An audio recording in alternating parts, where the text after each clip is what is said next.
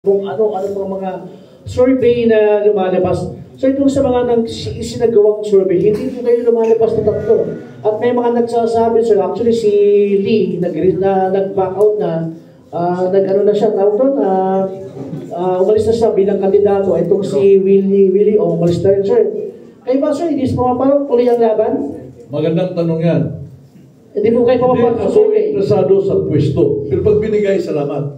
Interesado ako na magkaroon ako ng platform na marinig ng taong bayan na simulan nyo ang sarili nyong laban. Social justice. Mahirap naman eleksyon, nagsasalita mo, hindi ako tumatakbo. So hindi kayo aatras? Hindi ako aatras kasi hindi umaatras ang taong bayan. Yes. Ang laban nyo ay laban ko. Opo. Laban ninyo ito. At the end of the day, hindi naman ako makinabang. Taong bayan, kasama ko, tayong lahat, pati yung natalo, makinabang. So tuloy si Allen Gapuyan sa Senado? Tuloy tayo sa laban sa karapatan ng mamamayang Pilipino, social justice.